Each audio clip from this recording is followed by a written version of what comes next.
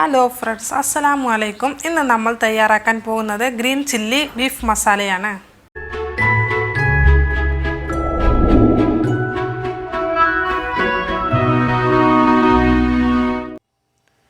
അതിനു വേണ്ട മസാലകൾ മഞ്ഞൾപ്പൊടി, മല്ലിപ്പൊടി, ഉപ്പ്. ഇനി നമുക്ക് വഴറ്റിയെടുക്കണം. അതിന് വേണ്ടത് എണ്ണ വേണം. ഒരു വലിയ ഉള്ളി എടുത്തിട്ട് ചെറുതായി അരിഞ്ഞതാണിത്. ഇഞ്ചി വെളുത്തുള്ളി പേസ്റ്റ് വേണം. ഇനി നമുക്ക് മിക്സിയിൽ പേസ്റ്റ് ആക്കാൻ വേണ്ടത് ഒരു പിടി മല്ലിയില, ഒരു ചെറിയ തക്കാളി, ഒരു വലിയ ഉള്ളി, 4-5 പച്ചമുളക്, 1 സ്പൂൺ കുരുമുളകാണ് വേണ്ടത്. എരിവ് നിങ്ങൾക്കനുസരിച്ച് കുരുമുളകും പച്ചമുളകും മാറ്റം വരുത്താം. പിന്നെ നമുക്ക് നമ്മളെ ബീഫ് ഗ്രീൻ കളർ ആക്കുന്നത് മല്ലിയിലയാണ്. കുറച്ചധികം മല്ലിയില എടുത്താലും കുഴപ്പമൊന്നുമില്ല. ഇനി ഞാനൊരു കടായിയാണ് വെക്കുന്നത്. നിങ്ങൾക്ക് വേണമെങ്കിൽ കുക്കറും ഉപയോഗിക്കാവുന്നതാണ്. ഞാനിനി അതിലോട്ട് കുറച്ച് എണ്ണ ഒഴിച്ചു. എണ്ണ ചൂടായി വന്നാൽ ചെറുതായി അരിഞ്ഞു വെച്ച വലിയ ഉള്ളി അതിലോട്ട് ഇട്ട് കൊടുക്കുകയാണ്.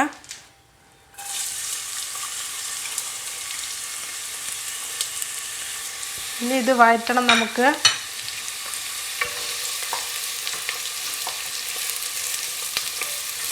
ചെറുതായിട്ടൊരു ഗോൾഡൻ കളർ ആവുന്നത് വരെ വഴറ്റിയാൽ മതി. നല്ലപോലെ വഴറ്റേണ്ട ആവശ്യമില്ല. ഇപ്പോൾ ഉള്ളി ബ്രൗൺ ആയിക്കൊണ്ടിരിക്കുന്നുണ്ട്. ഇതിലോട്ട് നമുക്ക് 1 സ്പൂണ് ഇഞ്ചി വെളുത്തുള്ളി പേസ്റ്റാണ് ഇടേണ്ടത്. ഇതൊരു 2 മിനിറ്റ് വഴറ്റിയെടുക്കണം.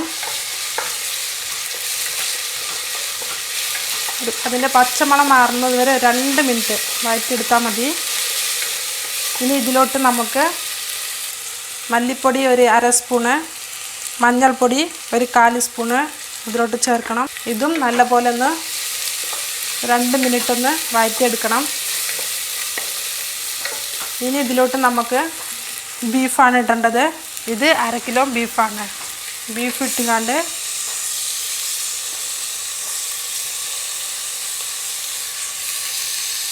അതും ഒരു 5 മിനിറ്റ് ഒന്ന് വഴറ്റിയെടുക്കണം.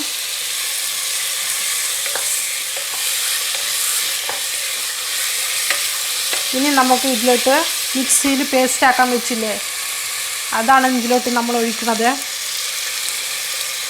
അതൊഴിച്ചിട്ട് അതും കൂടെ ഒരു നല്ല പോലെ ഒന്ന് മിക്സ് ചെയ്ത് വെക്കണം. ഇനി നമുക്ക് ഉപ്പാണ് ഇടേണ്ടത്. നിങ്ങളെ ആവശ്യത്തിനനുസരിച്ച് ഉപ്പിടണം. ഇനി ഇതിലോട്ട് നമുക്ക് 1 ഗ്ലാസ് വെള്ളം ഒഴിക്കാം. എന്നിട്ട് ഒന്നും കൂടെ ഒന്ന് മിക്സ് ചെയ്തിട്ട് നമുക്ക് മൂടി വെച്ചിട്ട് വേവിച്ചെടുക്കാം.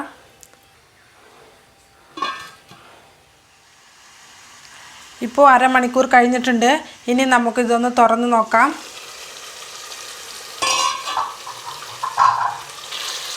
ഇപ്പോൾ നല്ല പോലെ ബീഫ് കൂടെ ആയിട്ടുണ്ട്.